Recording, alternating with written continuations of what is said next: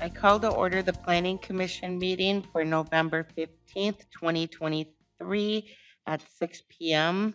Also hybrid interactive technology format. We will start with the Pledge of Allegiance. Pledge allegiance to the flag of the United States of America, the republic for which it stands, one nation, under God, indivisible, with liberty and justice for all.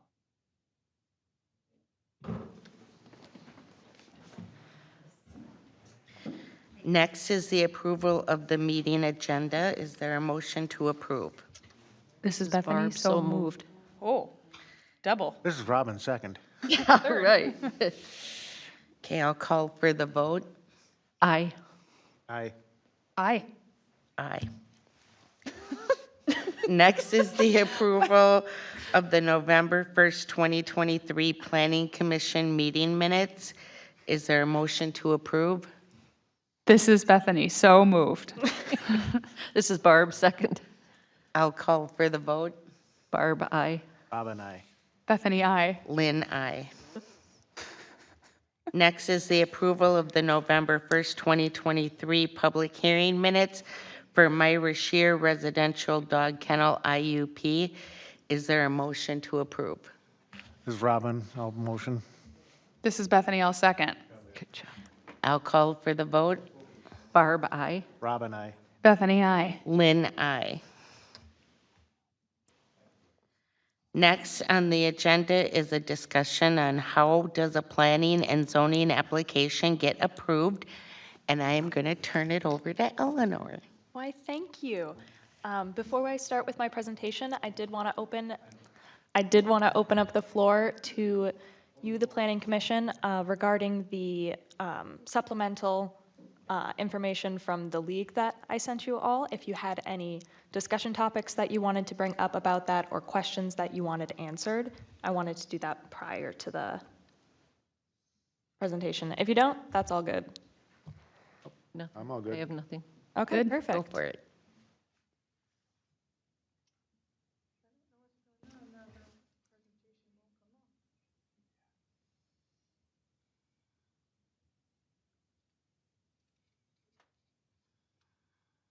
All right, perfect. Up in the share. That's what I.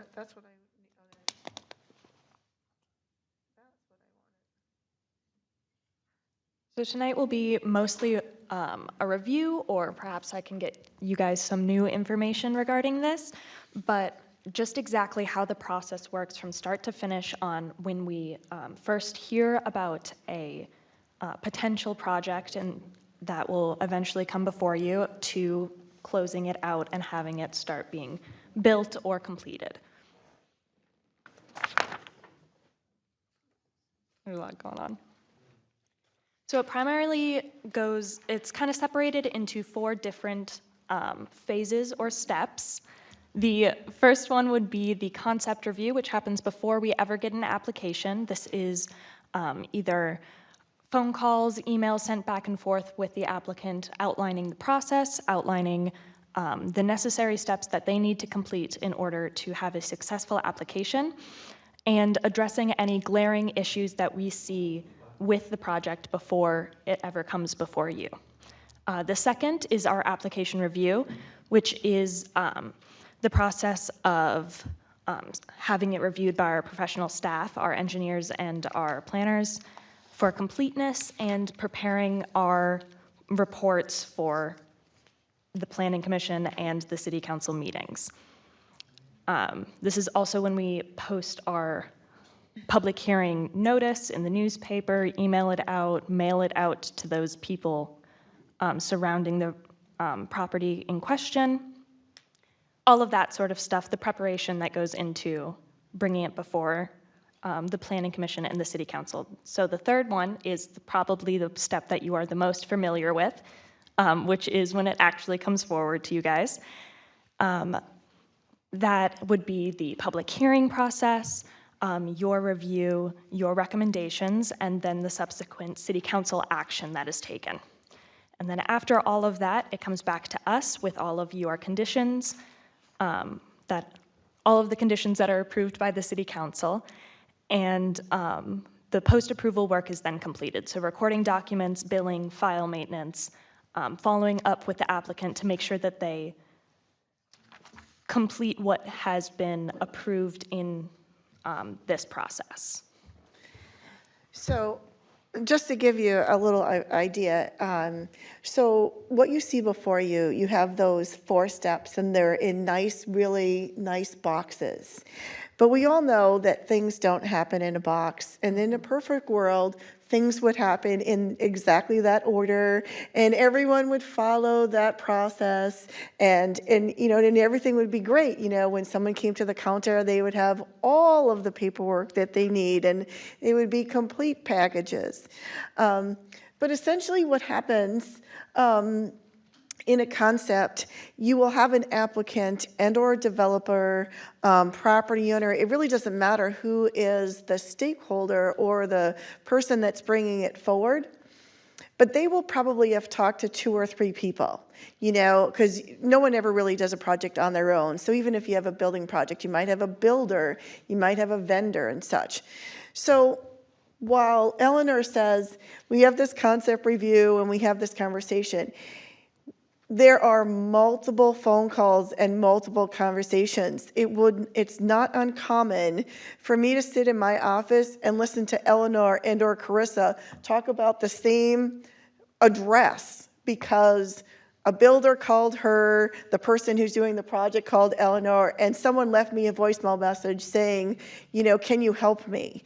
And so sometimes it's not neat and tidy, because people have different questions. You know, the builder has a building question, the applicant has a zoning question, and then someone will say, I don't know what I'm doing, who am I supposed to hire? I mean, that's usually the questions I have. I have no idea what I'm supposed to do, but I would like to do this. And so here I'm telling them, well, you need a surveyor because you need a site plan, or you need a draftsman because you need a site plan. So the standards for different applications are different, and it's different what project you're doing. So for building permits, we are very lenient. If someone takes a piece of paper and kind of gets it right, you know, it's pretty much scaled, it's a step up from a crayon drawing, we can kind of know where things are, you know, we're pretty good. In issuing a permit, because we can see GIS, we can see approximate setbacks. But for a variance application, we generally don't want a crayon drawing. We don't want approximations. We want to know, is it 20 feet or 25 feet? Or what are you asking for? So the standards are a little bit different. So sometimes you have that, you know, what we're telling people, it might be different information. It's because they're applying for something that's different. And if you're putting a deck on the back of your house, we say to each other, that's the easy one. It's in the back of their house. Their house should be set in the right place, you know? Not a lot of zoning because you're putting a deck on the back of the house. But if you're putting an addition on and your house is only 25 feet from the line, you probably have a problem because the setback is at 20 feet. And we don't know where the line is. And I will tell you, people will tell us, it's the line of trees. And we'll pull up the GIS and we're like, nope, it's not the line of trees. You know, because it's just, that's what people have told them all along. Like, oh yeah, it's the line of trees. So we did have a situation on Broadway. He swore it was the line of trees. And I was like, no, it's not. And you know what? He poured the slab of cement in the wrong place. You know, so sometimes, you know, there's situations where we try to help them. And I will tell you, a slab doesn't have a setback. It has to be, you know, 6 inches off the ground, because we allow driveways with no setback. Because you've probably seen this a lot. You know, people have driveways on their property line. And so pouring a cement slab doesn't have a setback, but a garage does. So in this particular case, he's got a really nice patio next to his garage because the tree line was not his property line. And I will tell you that, you know, the GIS tool is open to everyone. You know what I mean? Property owners, anyone can get on the Anoka County GIS. It is kind of your best friend if you're doing a project, because there's information there that you probably couldn't get, or it would be expensive to get, because it's going to give you approximate property lines. It's going to give you a section map. It's going to give you 2-foot contour lines. I mean, there's really some great information. So we try to tell people as much as possible, use that information. And I will tell you, it's not exact. The property lines are not exact, but you know, it's really close. I mean, you know what I mean? For the most part, we have found when the house is across the line, it might not be, 10 feet, it might be 8 feet, you know what I mean? But it's that close. And so the GIS is a pretty good indicator of where things are on the property. And they do update them. So something that's new on the GIS, if you go on the website, they now have several years of aerials.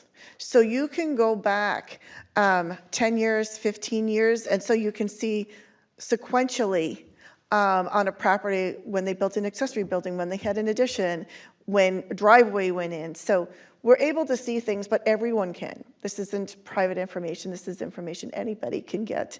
And so the aerials are flown. It used to be every 2 years. Now they do them every year.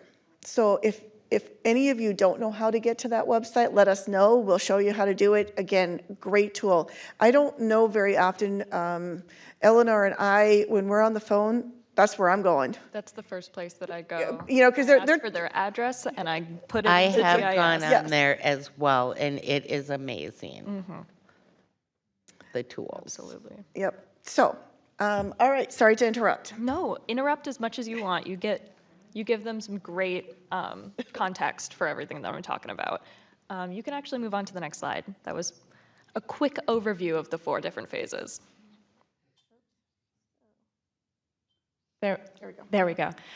So this is the concept review that we this is the ideal concept review, where discussions of the necessary steps are had prior to an application being submitted.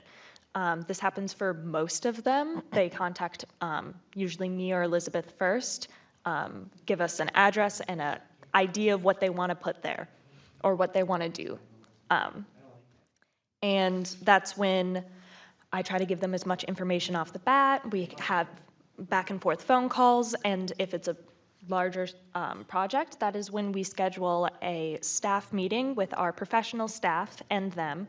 They prepare whatever basic information. I don't want to make them go spend a bunch of money getting a survey and proper elevations before the application is ever submitted.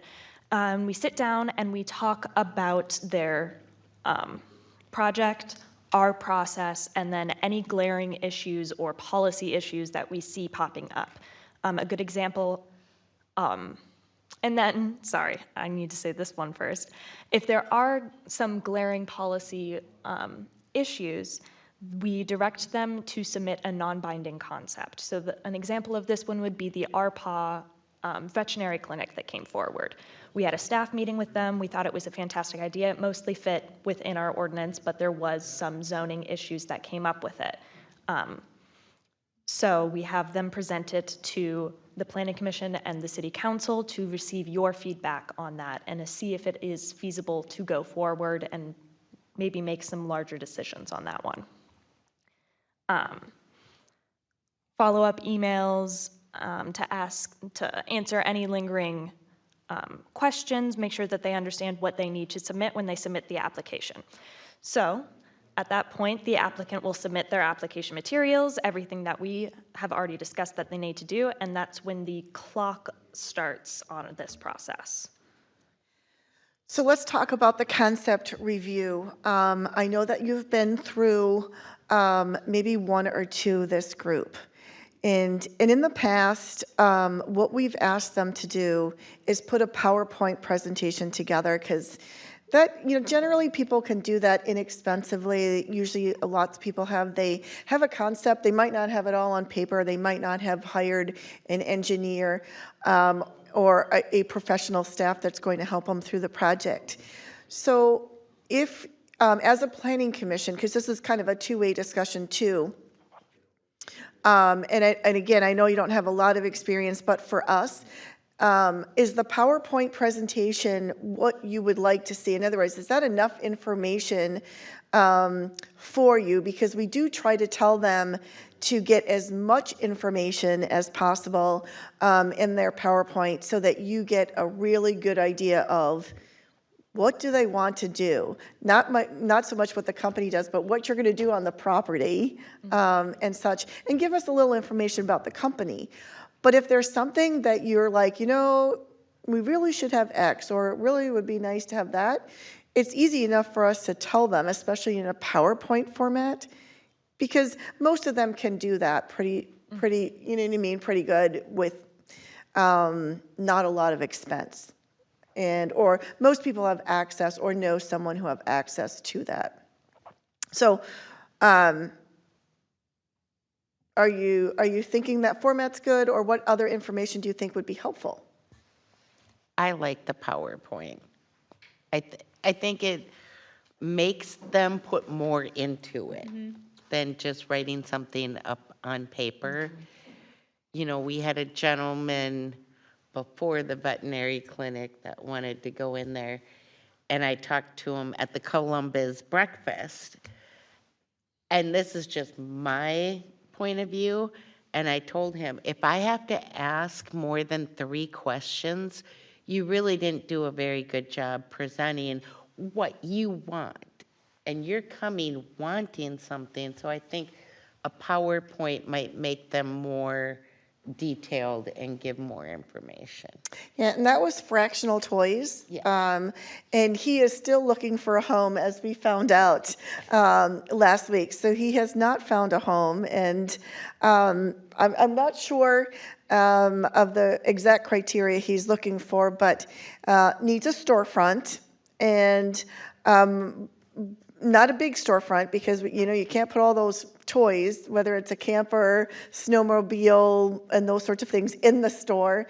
So needs storage, really, and then a place for people to pick up and drop off. And so I think that's going to be, tough, because there's not a lot of places like that I can think of in big picture that would have small office, big place to store. And if you remember, he wanted to do minor repairs, so he would need some cover, I think, to do that. But so if any of you should hear of something, he is still looking for a home. He's working with the chamber to find one in the area, because he wants to be in this area.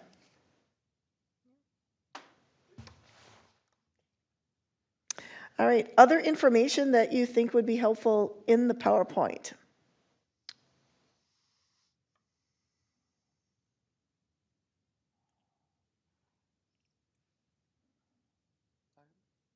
Anything you can think of? Well, I don't know, a good example is Myra's, she really had an excellent presentation. If we could use an example like that, I mean, I couldn't believe what she prepared. The statement and the drawing was excellent, and, so I guess, to me, it's more important to get as many facts out as you can, in addition to a really accurate drawing of what you want to do. Great, thanks. Thank you.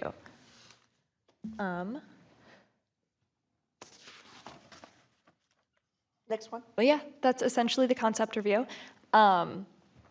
Next, I'm going to go more into depth on this timeline later in the presentation, but in general, after an application is received, staff has 15 business days to submit a completeness review. This is reviewed against city ordinance requirements. So whatever it says in the ordinance is required for that specific type of application. They need to have all of those parts in place, and they need to be sufficient and accurate.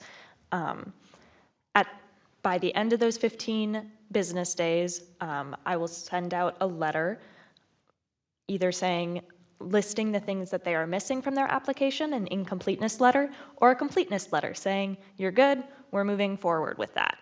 After that, we have 60 calendar days to take action. So not after that, after a complete application is received, not after we determine it's complete. So if it was complete on the first day, it's 60 days from that, not 60 days from when I send out the completeness letter. There we go. To take action. So to go through the public hearing process, the planning commission meetings, and the city council meetings. I just have to interrupt you. Did I start the recording? I believe so. Yeah, I did, okay. Now I'm paranoid. Oh, it's zooming in. Trippy. Trippy. Yes, okay. I will be going more in depth in this later in the presentation, but this kind of managing deadlines and timetables is really important when it comes to a planning and zoning application. So just to add, the 60-day rule is not a Columbus rule. That is state statute. So when we say that we have 15 business days to review it, that's in statute. So we don't have the ability to change that, though we are following the law. And so in this case, it says 15 days for completeness, and those are business days. Those are not including weekends. And the 60-day calendar is, again, statutorily required. We do have some flexibility in that we're able to extend for an additional 60 days. But again, you're trying to work in a time frame of a developer, a resident, and it's never short enough, the time frame. So we understand that. And so for us, it is important that the application is complete. And sometimes it's hard at the counter telling someone, you know, I know your project's in a hurry, but you know what? You don't have any engineering, or, you know what I mean? You don't have any stormwater calculations, and we just can't move forward without it. You know, because if Kevin can't do his review, or if the planner can't do their review, you know what I mean? We haven't done our due diligence. So unfortunately, sometimes we're the bearer of, I won't say bad news, but news that they didn't know or understand that's what they needed to submit, or they thought they could submit it later. And sometimes we have a little leeway, but unfortunately for us, especially when it comes to permits that we don't have control over, if a permit impacts a site plan and they have to change it, the rule is they have to come back to you. And nobody likes to do things twice. People only want to do it once. So when they hear that they have to go to Rice Creek, they have to get a wetland, permit, they have to, and, oh, you're on a county road, you got to go to the county, and, so sometimes we are the bearer of information, and because we're kind of the education counter, here are all the things that you need, and it's brand new news to them. They were like, we didn't know we need these 12 applications, and there's not 12, but so unfortunately for us, what they thought was a very simple process, like, here's my building permit, or here is my X permit, becomes a little bit more complicated because they needed 6 more pieces of paper or 6 more different things. And it's not about a checklist, because we have a ton of checklists. It's really about, I didn't understand what I needed. I didn't understand that piece of paper. Why did I need it? Why did I need to check that box to know if I was in the shoreline district? I don't even know what a shoreline district is. And so what we become is more about education and explaining the different paperwork. And in today's world, people just want to do things. They just want to move forward.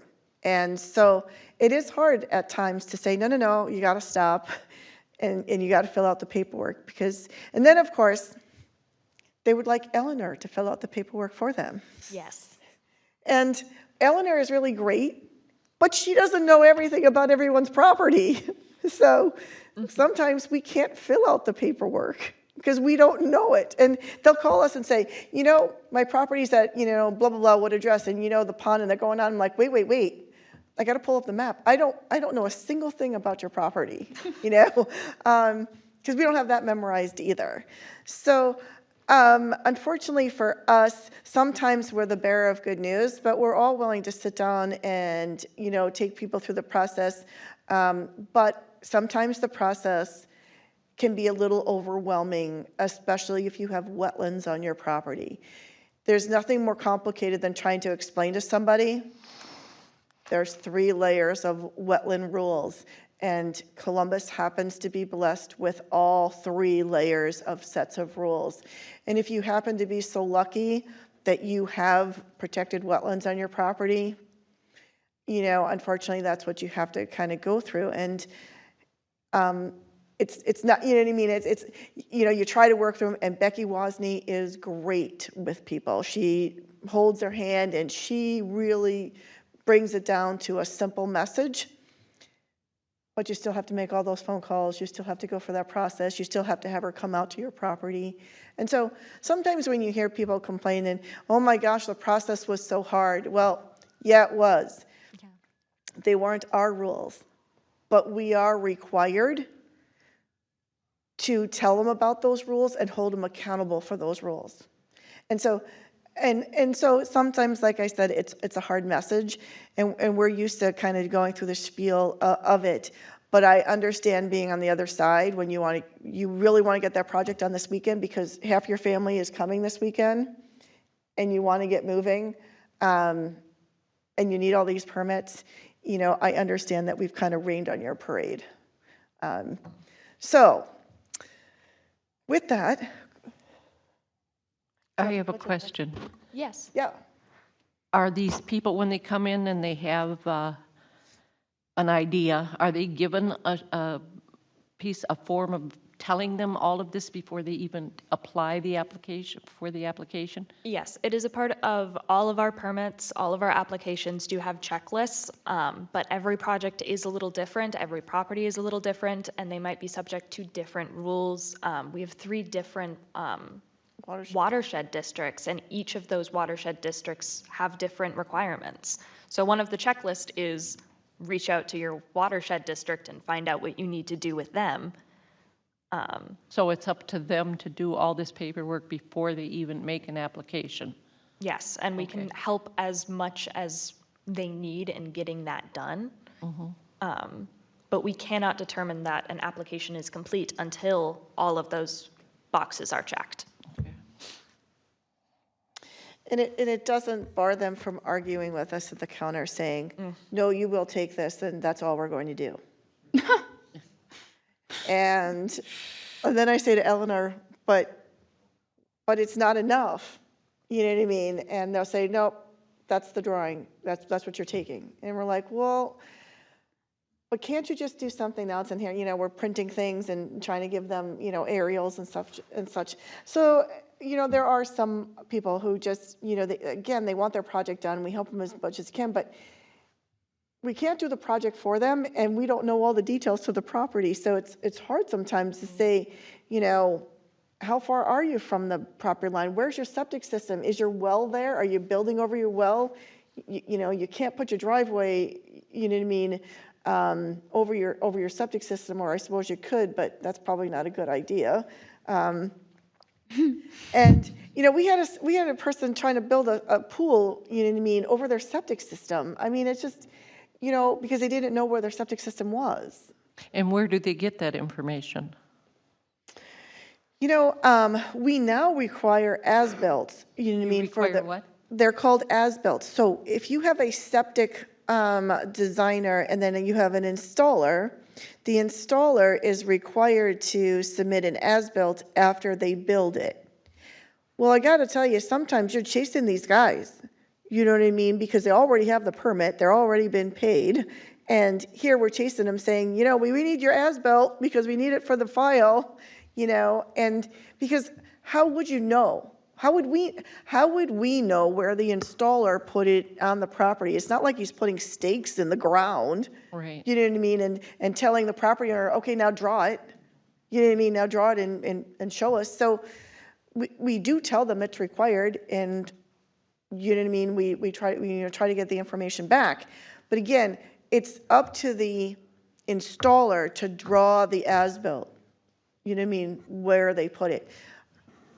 Eleanor has seen some of these diagrams, and they're literally, here's the paper, here's my pen, here's the house, it's a square, you know, a stick drawing, and it's over here, and this circle is where the alternate is. I mean, I'm like, okay, it's vaguely to the north of the house. yeah.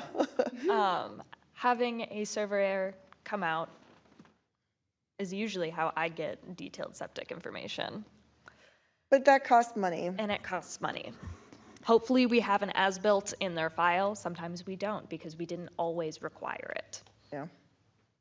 But that is a problem because, you know, property owners change, then they don't know where their alternate septic system is, then they don't know where the primary is, where are the boundaries of the rock bed, because, you know, sometimes you can kind of see green grass. You know, if people have mound systems, obviously you see the, you know what I mean, the big mound, you can't miss it, right? But, you know, have to know where your lift station is if you have one, or tanks. And oh, by the way, there is a setback from your well, you know, and you have to maintain that too. So when a permit comes in, we're not just looking at one thing.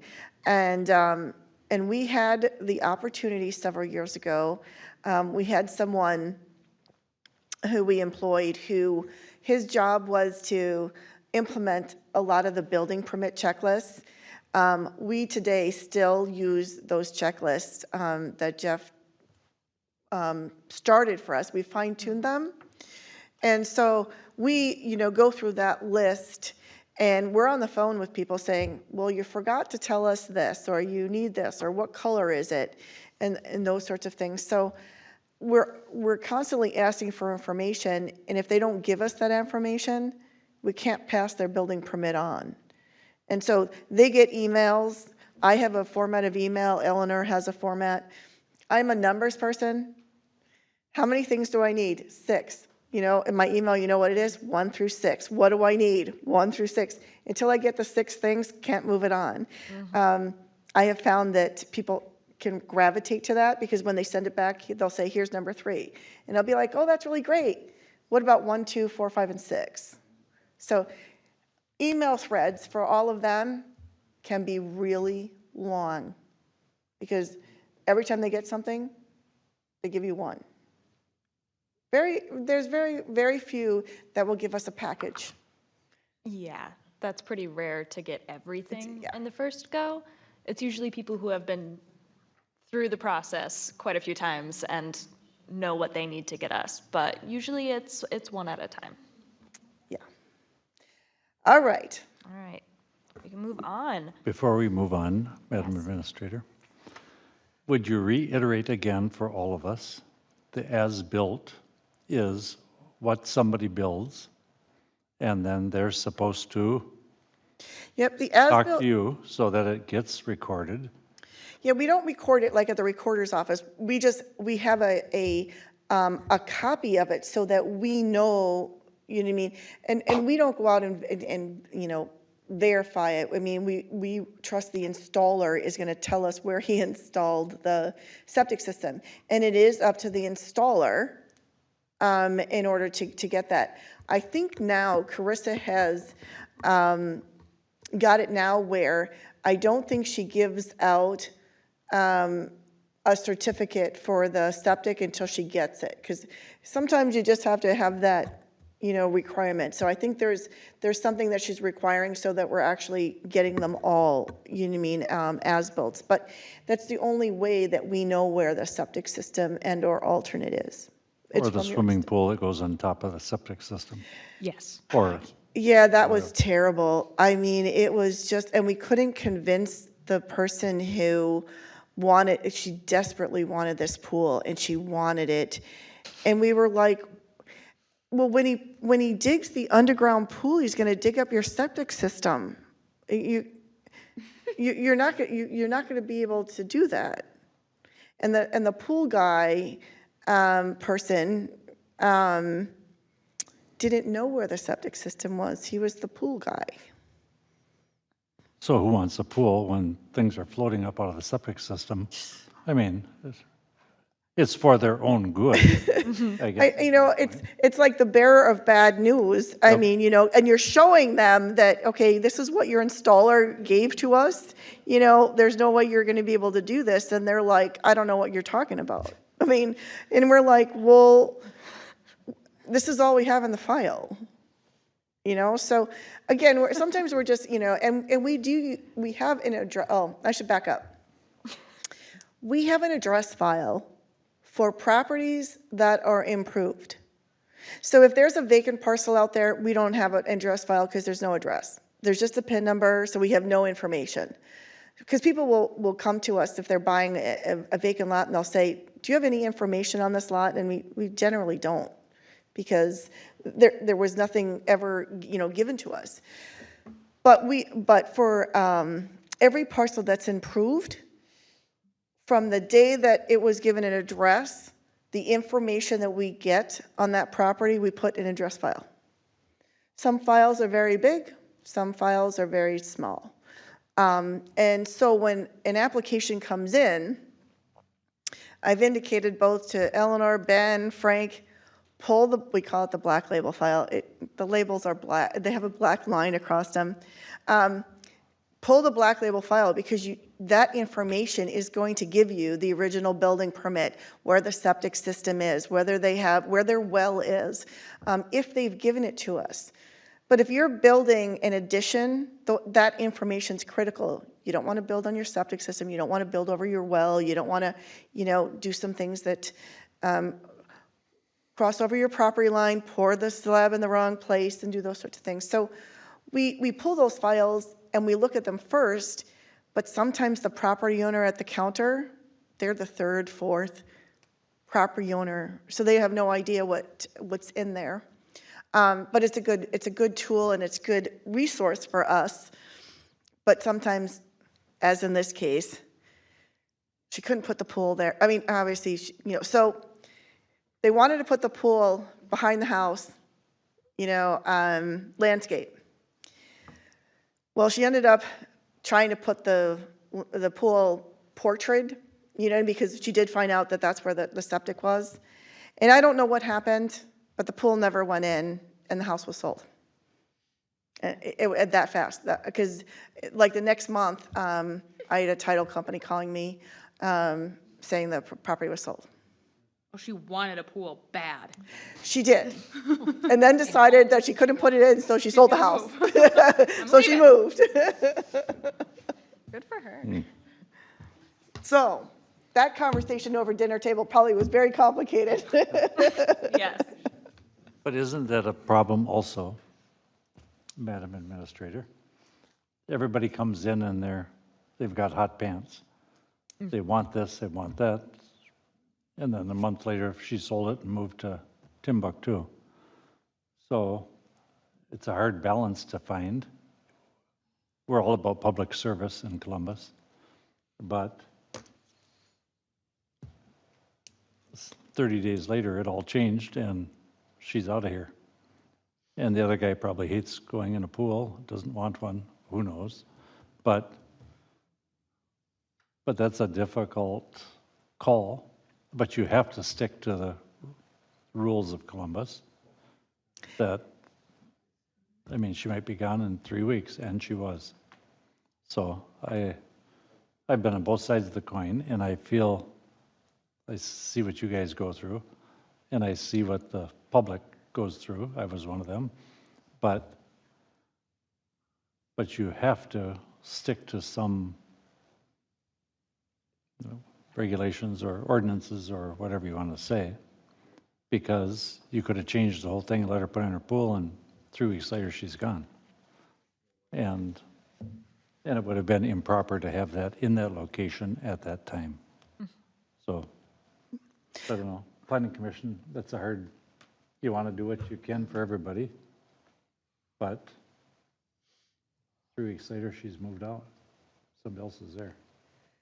Well, the part that troubles me is, as you all know, we have a lot of construction contractors that own property here.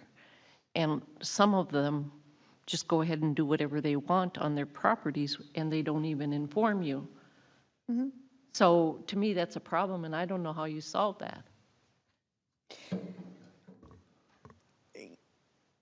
I would say that I would agree with you. Columbus has a lot of people that are pro property rights, and if they have an extra weekend and they, want to do something, they think it's better to get forgiveness than permission because they have that weekend to do it, and they have the ability to do it, Right. or the Still, friends to do it. they haven't done the process. They don't know what they're building on, or if they're on somebody else's property. I see that as a real problem, and I don't know how a city fixes that. She's got a garage next door to her that's on her property.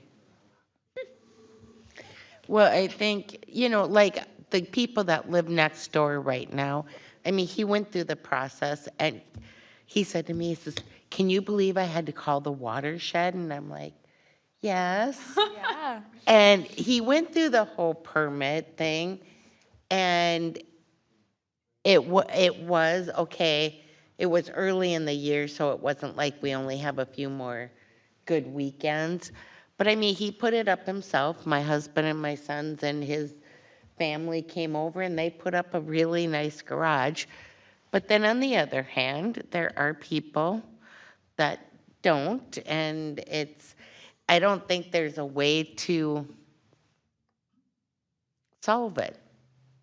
I mean, and I really don't see how you're going to, but I understand with the GIS now, when the county updates the pictures, if there's a new structure, they're gonna get taxed on it.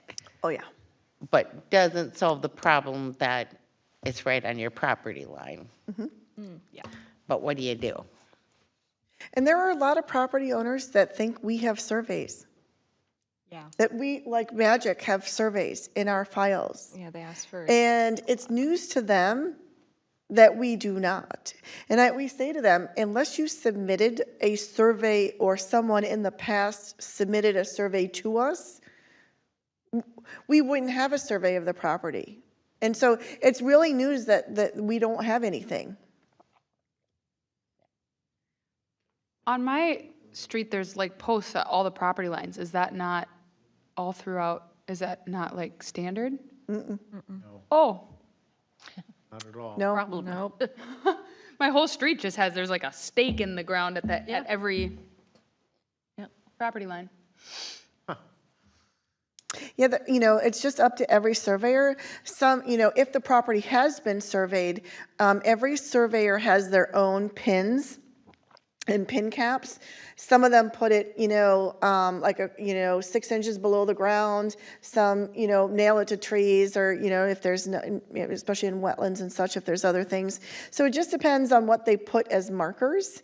Old school, they were steel, iron rods, Yeah, that's put what we in. have in my street. So, and that's really nice because you can find them.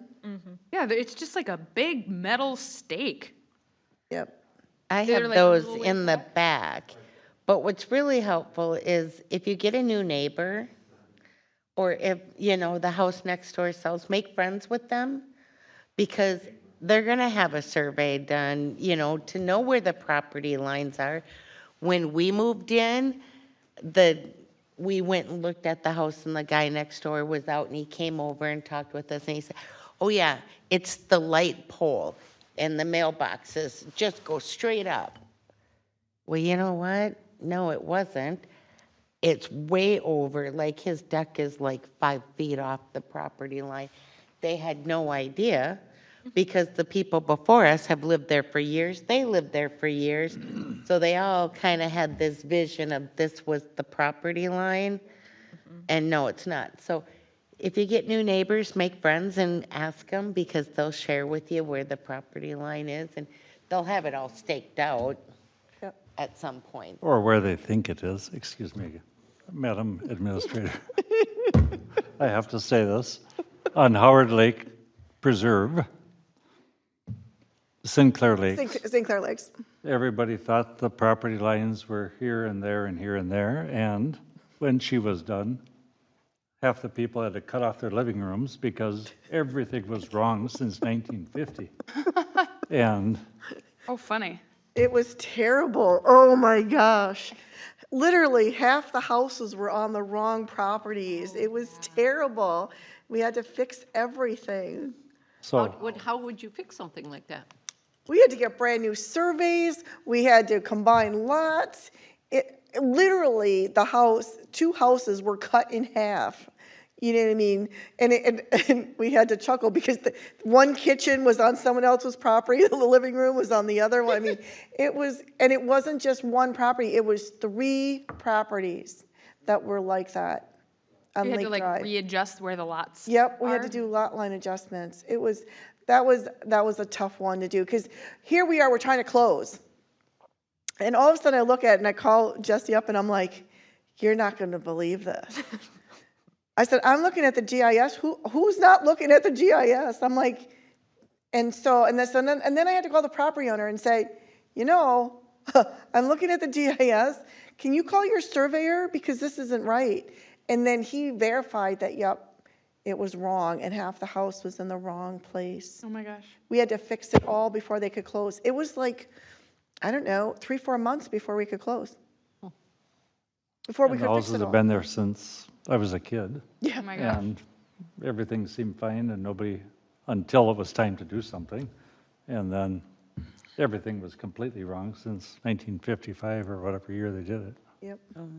Oh, yeah, my neighbor thought that he had, like, the guy who lived in our house before us told the neighbor, oh, yeah, my property goes till here, whatever. So our neighbor thought his property was, like, way smaller than it is and that we had more land than we actually do. Yep. And so when we're putting up our chicken fence, like, just our little white thing we're, like, putting along the property line, and he thought that basically, we could have just gone along with it and been like, oh, yeah, no, that is our land. Yep, because he thought it was like 40 feet away from where it is. Oh, my God. We're nice and we're honest, and we're like, no, actually, that's all yours. But the guy before him convinced him that it was his, or the guy before us. But that's just all the monkey business Oh, yeah. you guys got to go through, especially when somebody sells and somebody new comes in and whatever. So, yeah. All right, so now we can, other questions? Sorry to interrupt. Nope, that was, this Absolutely is not. kind of what we wanted everyone to kind of, this is kind of a group discussion, so. I was hoping you guys would talk. It's working.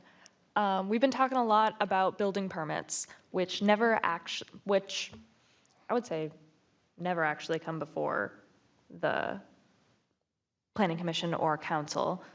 They turn, all of your applications turn into building permits. permits. Once they leave here, then they become building permits, and that's the final step.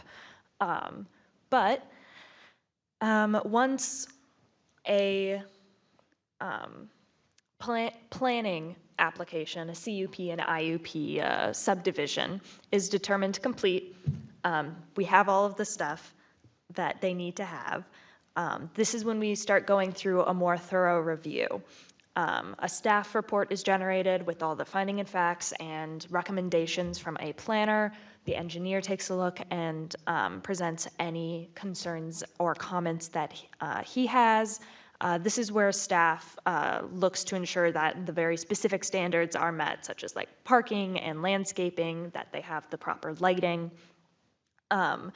And so even though the application is complete, there's still work that the applicant often has to do. They're fulfilling the advisory comments, things that they don't necessarily have to have for the process to continue, but need to be altered before they come to a public hearing or come to a meeting with their project, things that we know they're gonna have to change. So this is a lot of time, again, on the phone with Dean, with Kevin, with the applicant, with the contractors, with the architect, with the, with the engineers, playing a lot of phone tag, trying to get all of the plans matching, consistent with the code, consistent with their narrative, all of that stuff. In the short period of time in between we determined it was complete and when it needs to go to public hearing because of that 60-day rule. And you can rest assured that everyone is talking to each other. Not. No. You have to explain the same thing to every single person in that process. There's a lot of email threads where it's just like 40 people who are all involved, who all need to know the same information. I have a question. This whole process, like everything we're talking about, is there like a different version if it's commercial versus like somebody wants to put a addition on their house, or is it really the same outline with different nuances?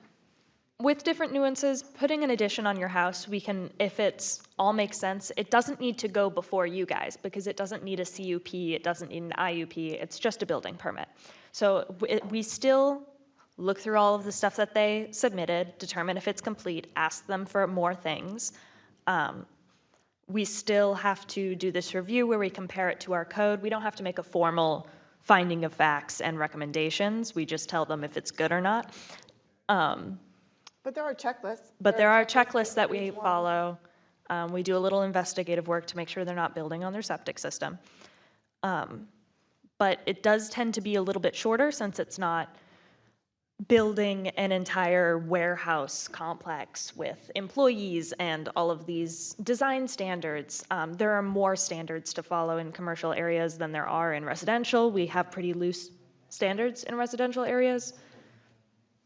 So if they follow all of that, then it gets sent to the building code, doesn't have to come to public hearing. So it's the same process, it's just shorter. The bad news is, Or it should be shorter. yep, I want to build an addition, and we're like, you're 2 feet into the setback. I'm so sorry. I'm so sorry you spent $20,000 on plans and you really want that addition, but you're going to need a variance or you're going to need to cut off 2 feet. Yeah.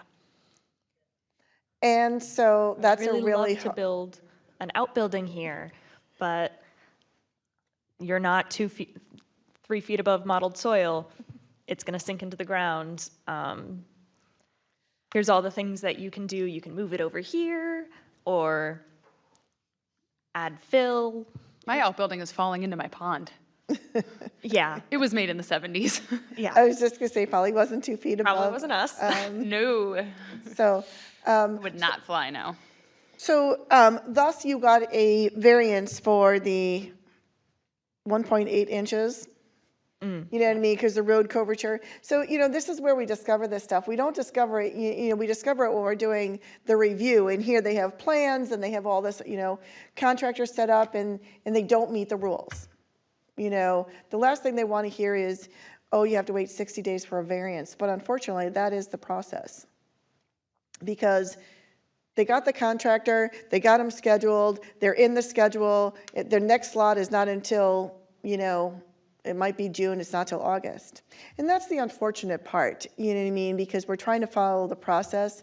We're not trying to be, mess their project up or anything else, but it's the rules.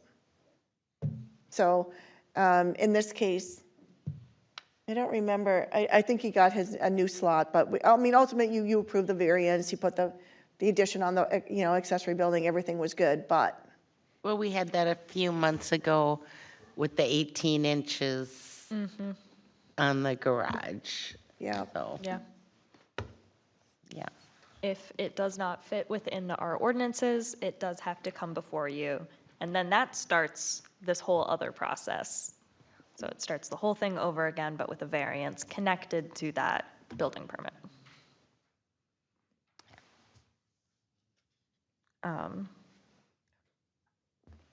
Yes, so I'm good with this slide. Oh, you already moved on and I didn't notice. Did you not want the second? You don't, No, you're you're perfect. good? Okay. So now it comes to the point where you you all start getting involved. This is when I schedule a public hearing and a planning commission meeting for the application. Our public hearing notices need to be published 10 days before the public hearing. So within those 60 days, we will often publish the public hearing notice when we know that it's gonna be good by that time. They just need to change one thing. We just need to finish up a little bit of conversations to get some questions answered. Their plans are all there. The public hearing notice is published. Everything is set up for your planning commission meeting. The primary function is fact-finding, investigation, and providing advice. So during these public hearings, more information might come up, so our changing of facts in our staff report change. Advisory comments are made by the planning commission members, so the recommendations and conditions of that staff report are changed. The usual makeup of those meetings are, of course, the public hearing, a presentation from the applicant on what they're proposing, and then a presentation from whoever wrote the memo, either Dean or I, depending on how complex the issue is. And then you either give a recommendation or can choose to continue that application for 2 weeks if more information is needed. So let me tell you about when people ask us questions and they present applications, the goal is that they want their application to be approved. Yes. And so when we ask them questions, they give us the best answers because, and most people, they're telling you what they want to do and they're excited and they're kind of thing. And so we're writing our reports and we're thinking some things, and then we get to the hearing and sometimes we look at each other because we're like, we didn't hear that. Where did that come from? Because as you ask questions, you're prompting them too, So I will say, we do our due diligence. We make sure we try to ask, questions. And they're giving us, answers. But when you have 10 other people asking questions, there are things that we learn along the way too that they quite didn't tell us, and so we're processing too, like while they're talking and making notes, and Dean's making notes and such. And so I guess what I want to make sure you understand is this is a team effort. We try to ask as many questions as we can. We feel that you are helping us too, that you're asking questions. When you're out there, you're on the property, you're asking questions. So I think when we're asking, what did you see on the property, or if it's not in the report, it's okay to say to us, hey, you know what, we talked about this and it's not here, maybe it's something we should ask a question on, because again, we look at it as we're all collecting information, we're all trying to make the best decision based on all the facts before you. And we're getting facts, you're getting facts, the council people are getting facts. So by the end, you want to say, you know what, I have a full report, I have everything in there. And that's the process, and that's, in the end, your file. And I will tell you, by the end, Eleanor's like, good gravy, I got 40 documents, or in a file, because that is the process. It's due diligence. Along the way, we're trying to gain more and more information. So I think for us, when all of you go out and you actually visit, we don't go out and visit the properties, and nor do we take road trips. So all of that information that you get is great for us too, because we don't have that. So when you take pictures and you give us pictures and we are able to get it out to everyone else, it informs all of us of what things look like, and so we encourage you to do that. Get it to us as quick as you can, because we're going to get the information out. But that is the goal. The goal is to make the record as complete as possible by the time it gets to the council, because when the council's making that final decision, you want to make sure that they have the most and the best information. And we're all probably guilty of this. the question you ask is the answer you're going to get, and depending on what the question you're asked, you might have a different answer. So we ask certain questions, you ask certain questions, but if you notice sometimes, you'll be like, well, what actually are you going to do? And then they'll say something, and you'll be like, look like, what? Wait a minute. That's not in our report. So again, we have to adjust too. So don't hesitate. The moral to that is don't hesitate to ask questions. Don't hesitate to call us so that we can make adjustments too, because we have limited conversations, but we're talking to multiple people who only have a limited amount of information. And when I say they don't always talk to each other, and Jesse can attune to this because we've been in enough staff meetings where the engineer is not talking to the developer and the developer is not talking to the property owner, and the information's not getting through. And we have, what did we have? 72 5-foot trees, and so, again, so engineers not talking to applicant because that was a lot of money. And then we ended up with 42 12. 42 12-foot trees, which wasn't much better. No. So again, those are the kind of things that we want to make sure that we vet out before we have the final documents. I will say, I just feel like the half hour I spend when I go out is like the best half hour, because you can ask all the questions, and like the 18 inches. I mean, I just looked at it. Where's your septic system? Oh, it's over there. Okay, I mean, because it's just the little things that you don't know, and you're just like, all right. And so I like that. Even like I said, if it's a half hour, you get to put them at ease a little bit, like Myra, and that she wasn't so overwhelmed. But yeah. And if I may add to that. Absolutely. Madam Administrator, I had a really nice thank you from a recent applicant who said you guys had stopped in, looked at her things, understood her things, settled her down because she was nervous. And she was so pleased, and she came to the council, and it was 3.5 minutes, and she was done. We had all the information. You had the site visit. Her things were accurate, and on and on and on. So I think that's a big, keep doing what you're doing, because once you're standing there, they can't buffalo you too much. Either it's what they say or it isn't. And she was just so happy that it went as good as it did. So There's a lot of applicants that we've talked to, and I've been doing this for like 5 years, that are really intimidated by Yep. coming here. Not just women, men too, So I think once you talk to them person to person and make eye contact, I think that's really important, rather than just having them walk in the door and not know what's going to happen next. well, it's terribly complicated, from the watershed to the state to the federal to the everybody else. And if you're a regular person, you don't know any of that. Right, and you're overwhelmed, And you're, whether, exactly. so I think Well, not everybody wants to be a public speaker. I mean, when they're talking to us, they have no problem coming to the counter. As soon as we tell them they have to make a presentation, they are like, scary are you kidding me? I have to sit at a table? And I try to tell them, you're going to sit down, you're not going to stand up, you're going to, you're talking to the microphone, and they are petrified.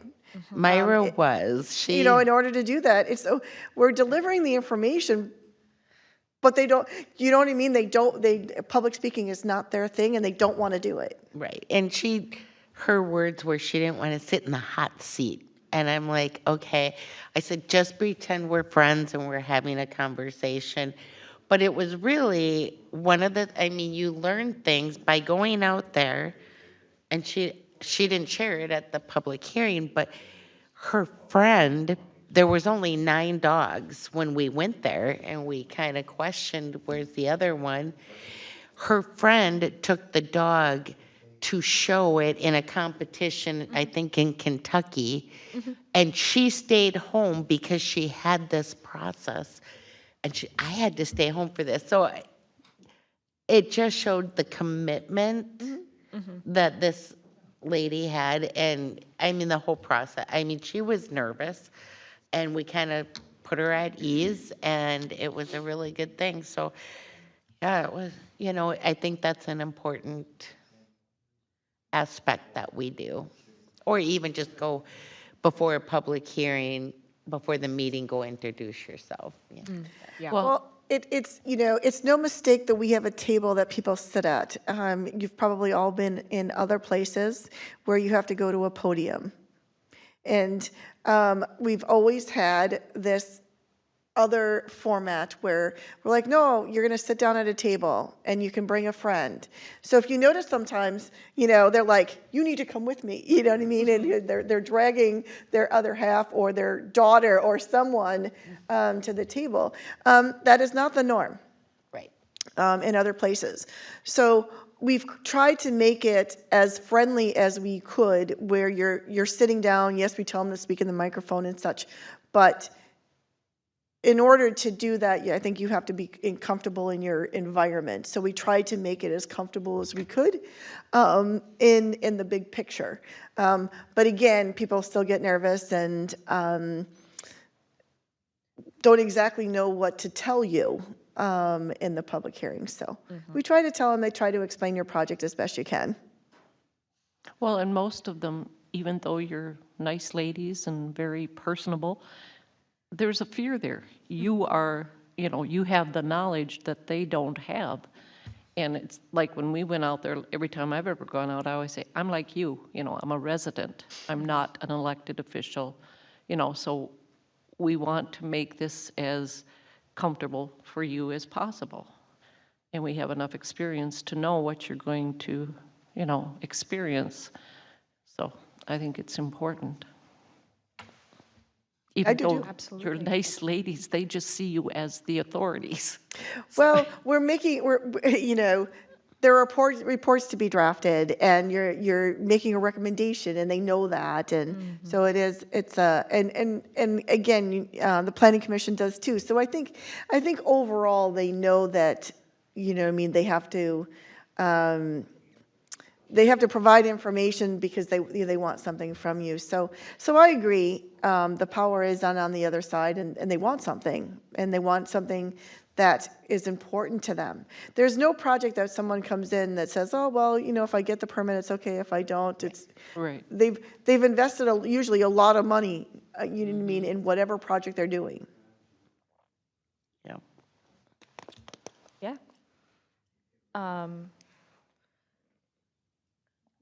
Next one. Let's keep moving. So going on, I thought that a visual representation of how this all works out in terms of days and weeks would be pretty helpful. This is a example application that was submitted on Friday, September 1st, let's say. There's some assumptions made about this particular application, namely that it was complete when it was first submitted, which is not common in my experience. I haven't been here this long, but usually there's something that got missed, or at least needs to be changed. If you want to move on to the next slide, so we can do a little zoom in on the first section. So the blue represents our 15 business days to get our completeness letter sent out, or incompleteness letter. So after I receive an application, I set it up with a file, organize it, get it all, do some file maintenance on that particular piece, and then I send it off to our professional staff, our engineer Kevin and our planner Dean.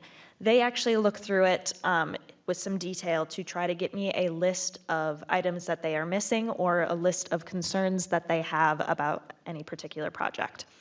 I give them a little over a week to do that, so I can get that letter drafted with all of those advisory comments or missing items sent out. So in this example, the professional staff received all of the application materials that following Monday, and they got back to me the next Tuesday saying that, yep, everything's good. They might have some review pieces that they're concerned about, but we are good to continue. So then I send out the letter of completeness hopefully before the end of the 15 business days, because the 60-day limit started the day that application was received, which is the green section at the top.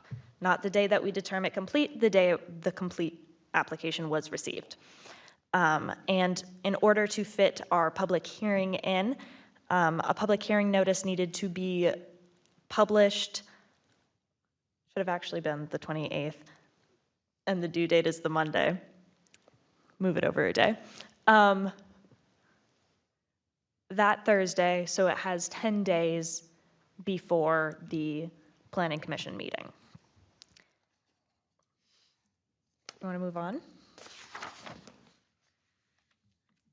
And then during all of this is when we are completing our planning report, making sure that everything gets tidied up before our Planning Commission meeting and public hearing,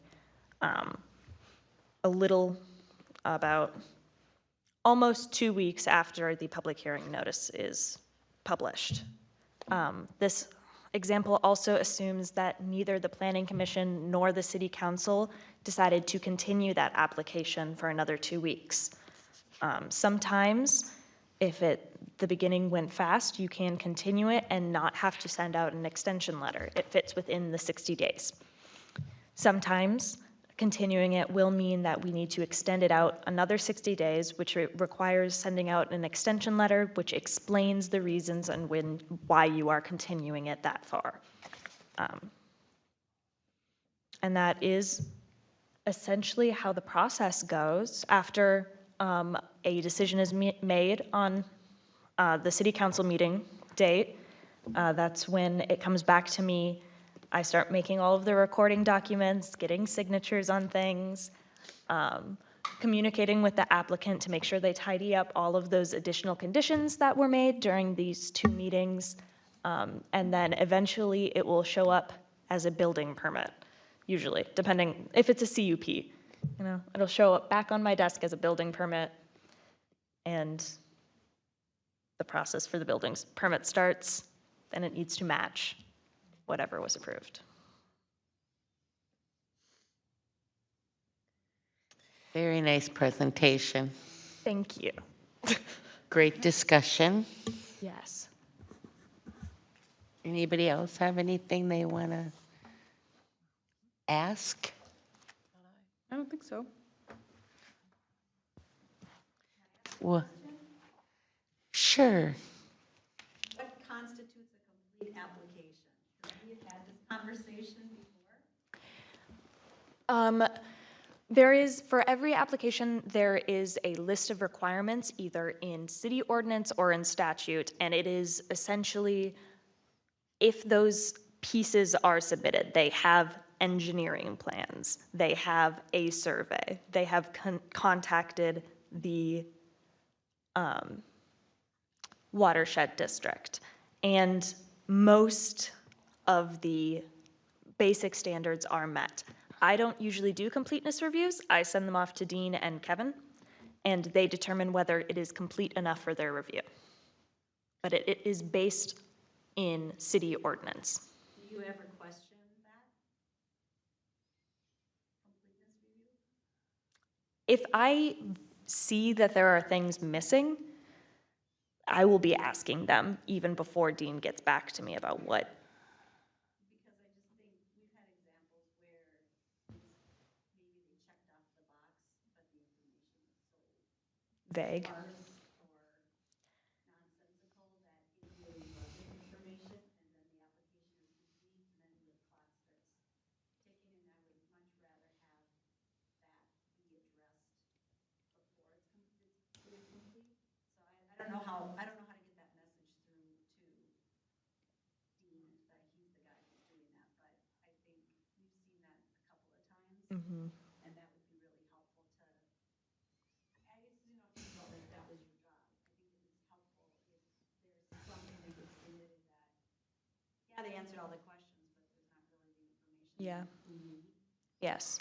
He splits it up into completeness requirements, when I get the information back to him in completeness requirements and advisory comments, I am planning on having a sit-down meeting with Dean to talk about completeness reviews, because I feel like that is something that I would like to be able to better understand. I understand how to do it for simple permits and for building permits and things like that, but for more complicated applications, I tend to go from his word. Mhm.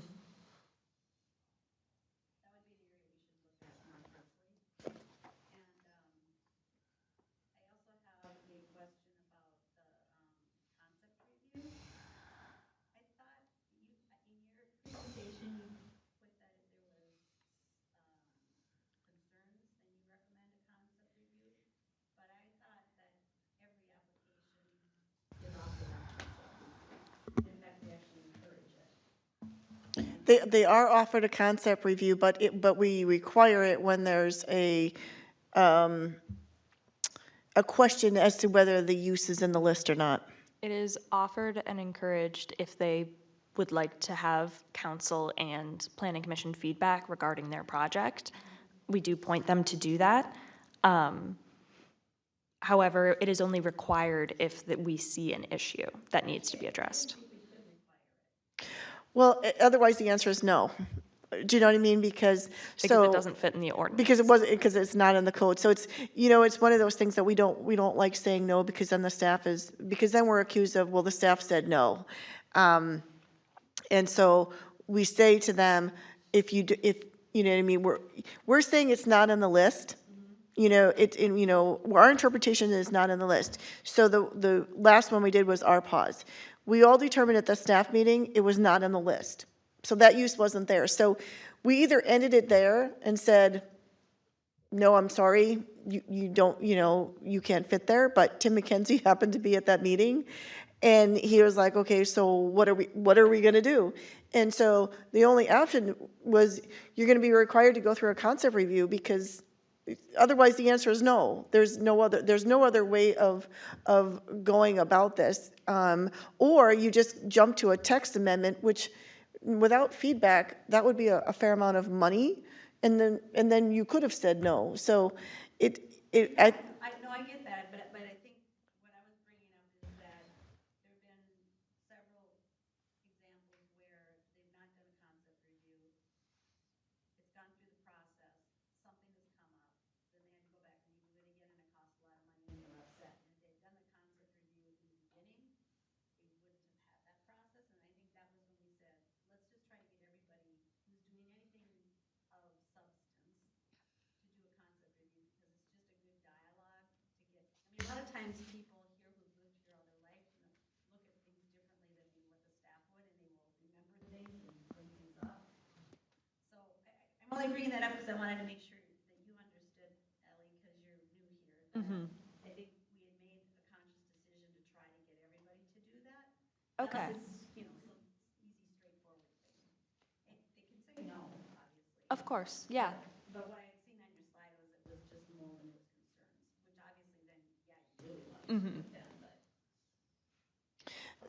The other thing I wanted to reiterate on completeness. Completeness is based on what the ordinance requires. So we cannot request things that are not in the ordinance. So if it's not in the list, in the ordinance, as a discretionary thing, I can I can ask for something, but generally for completeness, it's the list that's in the ordinance. That's what you can ask for.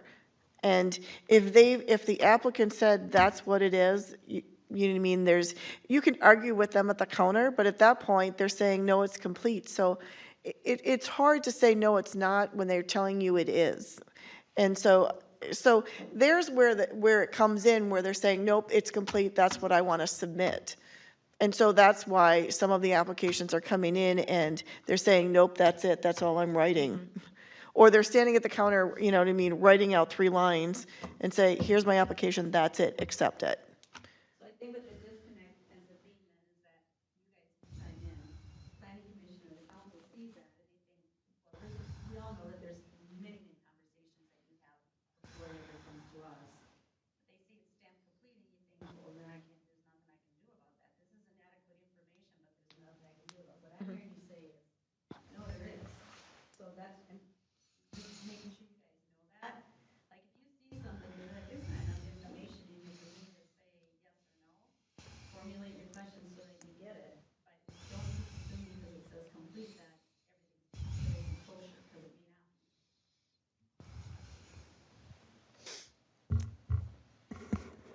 Madam Chair.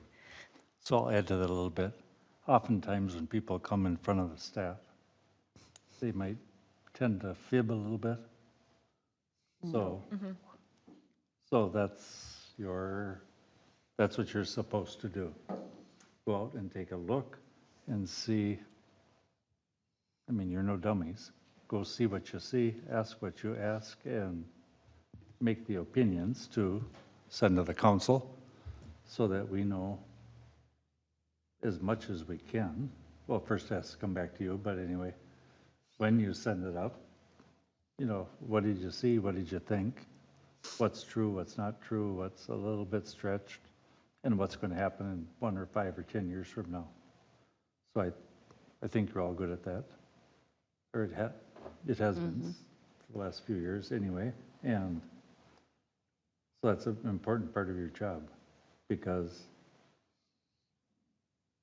Janet's not wrong, you know. Right. We want to know what the best information we can for the best of the most people in the city.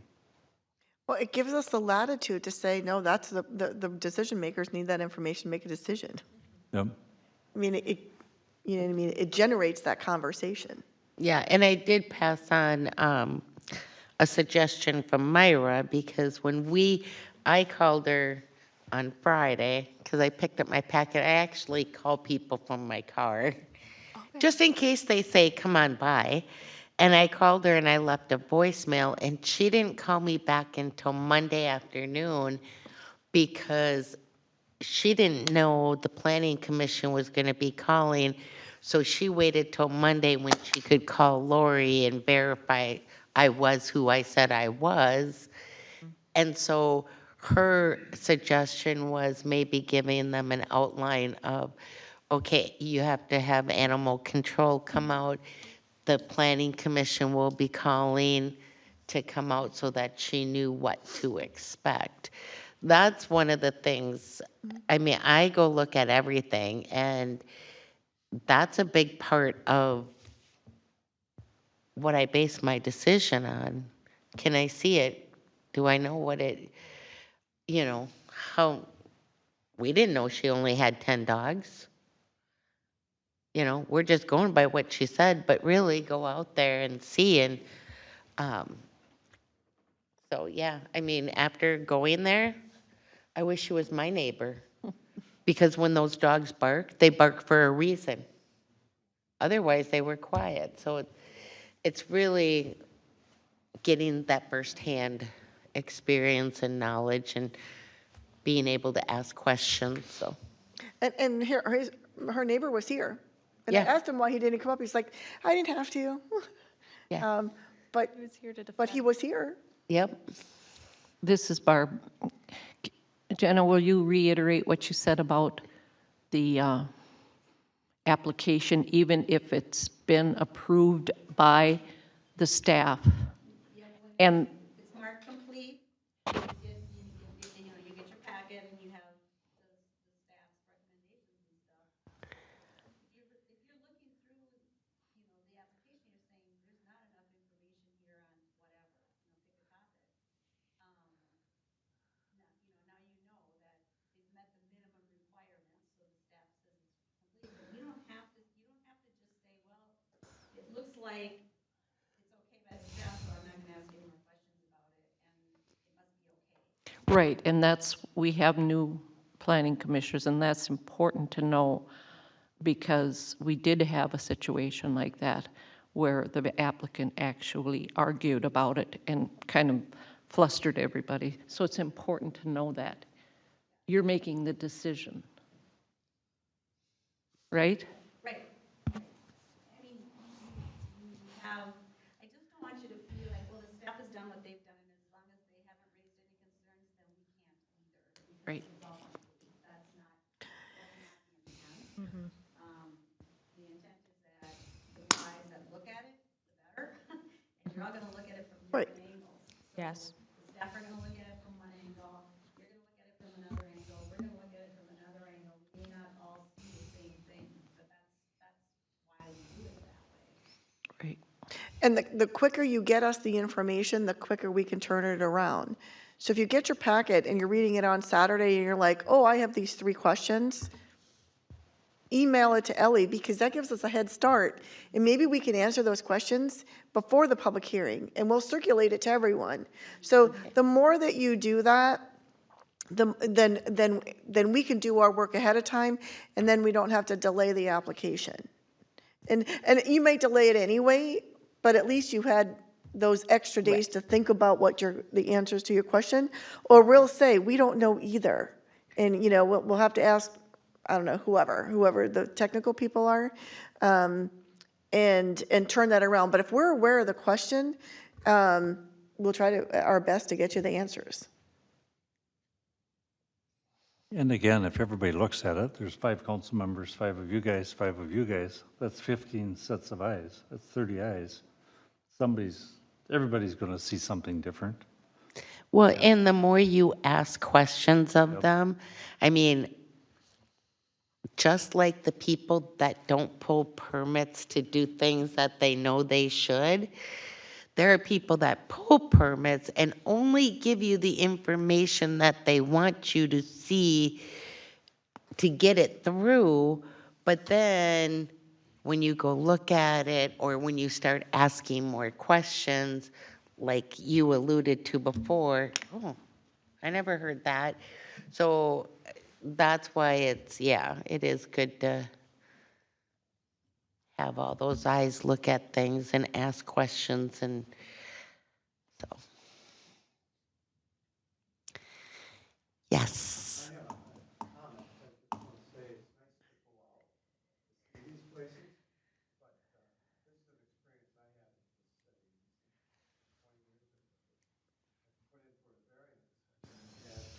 Probably in a 2-week period, had 5 different people come to my house at 5 different times. One didn't know what the other one was doing. Some were from the council, some were from the planning commission. So I think it's good that you kind of go out. And if I'm right, it's only 2 agents go out. At a time. At one time. At one time, but at least let the others know that you went or something like that. Because it was pretty angry. I was back in that ignorant, didn't know what was going on. And all of a sudden I get the mayor, well, he wasn't the mayor at that time, but Mel comes out. And then all of a sudden Circle goes out there, and then I'm figuring, what's next? So I think it's good that you go out. It shows your interest, but kind of talk to each other to make sure that we're not stepping on each other's feet. Because I go out a lot, even on the council, I go over. I may not knock on the door, but you like to see it. Just a comment. Was that you driving around my house? I never did see that permit. Well, that's a good point. Then just talk to Yeah. each other and, Yeah. huh?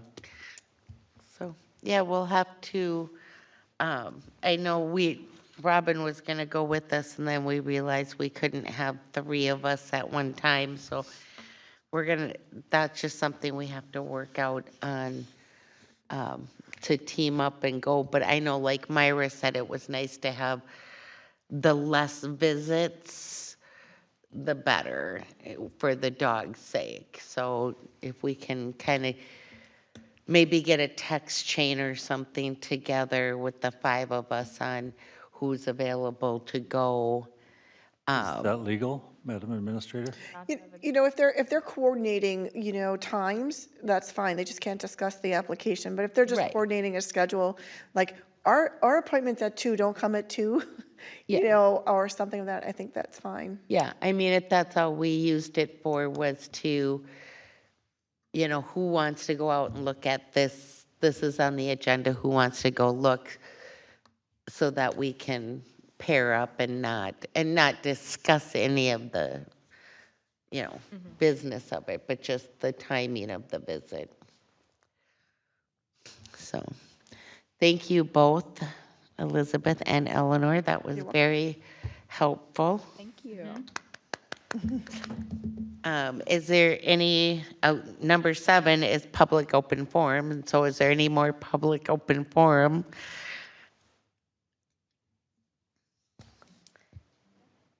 Then we will move on to planning commissioners' reports. This is Barb, I have nothing. This is Robin. I don't have anything. This is Bethany. I'm trying to think of something interesting and I got nothing. Okay, and I have nothing. So number 9, city administrator. So we found out yesterday that the chamber is going to be putting together a tour of Bear Homes, because when they were at Columbus, they too asked for a tour, and I know that 3 of you signed up. Would you be willing to collaborate and go together? Because otherwise, I was going to call Nanette and say, I have 3 planning commission members that maybe would like to go, and maybe you could all go in a group? Yes. Okay. That was just my only question. And Eleanor, did you have anything? I have nothing. Number 10, motion to adjourn. Is there a motion? This is Robin. I motion to adjourn. This is Bethany. I'll second. It's been first and second. I'll call for the vote. Barb, aye. Robin, I. Bethany, aye. Lynn, aye. Meeting adjourned at 7:35.